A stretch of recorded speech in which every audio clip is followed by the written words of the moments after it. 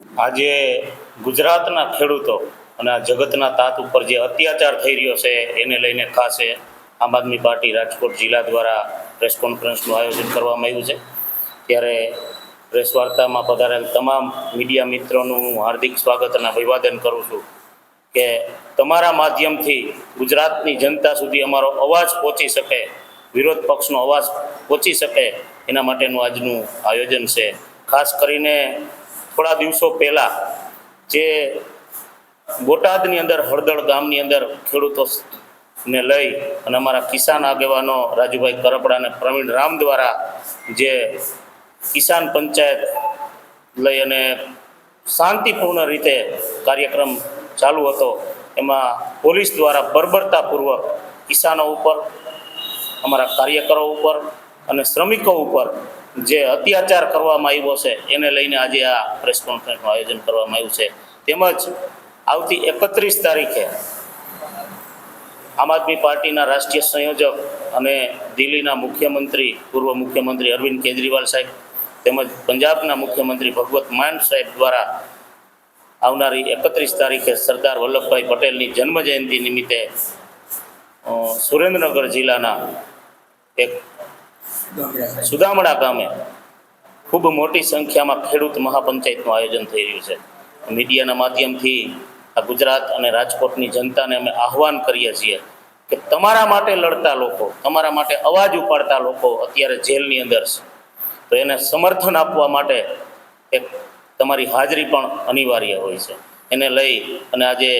અમે આ આયોજન કર્યું છે। ખાસ ભારતીય કડદા પાર્ટી દ્વારા જે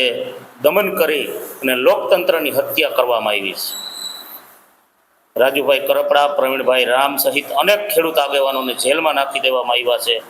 અને આંદોલનને દબાવવાની કોશિશ કરવામાં આવી છે। ગુજરાતમાં ખેડૂતોના શોષણ અને દમન સામે આપ દ્વારા ખેડૂત મહાપંચાયતનું આયોજન ટૂંક સમયની અંદર થઈ રહ્યું છે। 31 તારીખે આપના રાષ્ટ્રીય સંયોજક અરવિંદ કેજરીવાલજીને ભગવત માન સાહેબ પણ એમાં ખાસ ઉપસ્થિત રહેશે, પ્રદેશ નેતૃત્વની પણ હાજરી હશે અને જિલ્લા અને તાલુકાના તેમજ આમ આદમી પાર્ટીના તમામ કાર્યકર્તાઓ અને પદાધિકારીઓની પણ એમાં ખૂબ મોટી સંખ્યામાં ઉપસ્થિત હશે। કિસાન મહાપંચાયત આપના તમામ આગેવાનો, કાર્યકર્તાઓ દ્વારા અત્યારે ઝુંબેશ ચાલુ છે, કિસાનોને મળી અને જેના ઉપર અત્યાચાર કરવામાં આવી રહ્યો છે એને લઈ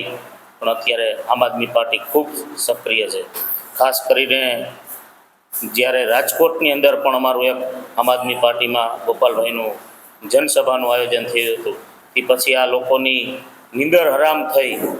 અને 2 દિવસ પહેલાં આપ સૌને ખ્યાલ છે કે કાયબીના રિપોર્ટથી જે ખુલાસો કરવામાં આવ્યો છે, એટલે અત્યારે ખાસ આમ આદમી પાર્ટી ગ્રાઉન્ડ ઉપર સક્રિય છે। ખેડૂતોને ભાવ નથી મળતા, કપાસની ઇમ્પોર્ટ ડ્યુટી રદ કરવામાં આવી, એપીએમસીમાં ખેડૂતોને લૂંટવામાં આવી રહ્યા છે, આવા અનેક મુદ્દાઓ ઉઠાવવામાં આવશે। આપના તમામ કાર્યકર્તાઓએ કાળી પટ્ટી બાંધી અને વિરોધ પ્રદર્શન કરેલું, તેમજ જ્યારે અમારા ખેડૂત આગેવાનો ઉપર લાઠીચાર્જ કરવામાં આવ્યો, એને ખોટી રીતે એફઆઈઆર કરી અને જેલમાં પૂરવામાં આવ્યા, ત્યારે દિવાળીના દિવસે દરેક કાર્યકર્તાઓ, પદાધિકારીઓએ અને ઘણા બધા કિસાનોએ એક દીપ પ્રગટાવી અને એને સમર્થન જાહેર કરેલું। તમામ જિલ્લા કલેક્ટર ઓફિસ પર જઈ અને વિરોધ પત્ર દ્વારા અમે જ્યારે વિરોધ પત્ર આપવામાં આવ્યું કલેક્ટરના મારફતથી રાજ્યપાલને કે ભાઈ ખેડૂતો ઉપર જે દમન થઈ રહ્યું છે, અને ખાસ જ્યારે કોઈ ભારતીય જનતા પાર્ટીના આગેવાનો રાજકોટ હોય, અમદાવાદ હોય, જ્યાં એની હાજરી થતી હોય, પ્રદેશ પ્રમુખ હોય, મુખ્યમંત્રી હોય કે ગૃહમંત્રી હોય, ત્યારે આમ આદમી પાર્ટીના કાર્યકરોને પોલીસ દ્વારા ડિટેન કરવામાં આવે છે, કોર્ડન કરવામાં આવે છે। એટલે એને લઈ અને આજે જે આમ આદમી પાર્ટીના કિસાન નેતાઓને જેલમાં પૂરવામાં આવ્યા છે, એના સમર્થનમાં ખાસ કરીને આજે આ પ્રેસ કોન્ફરન્સનું આયોજન છે।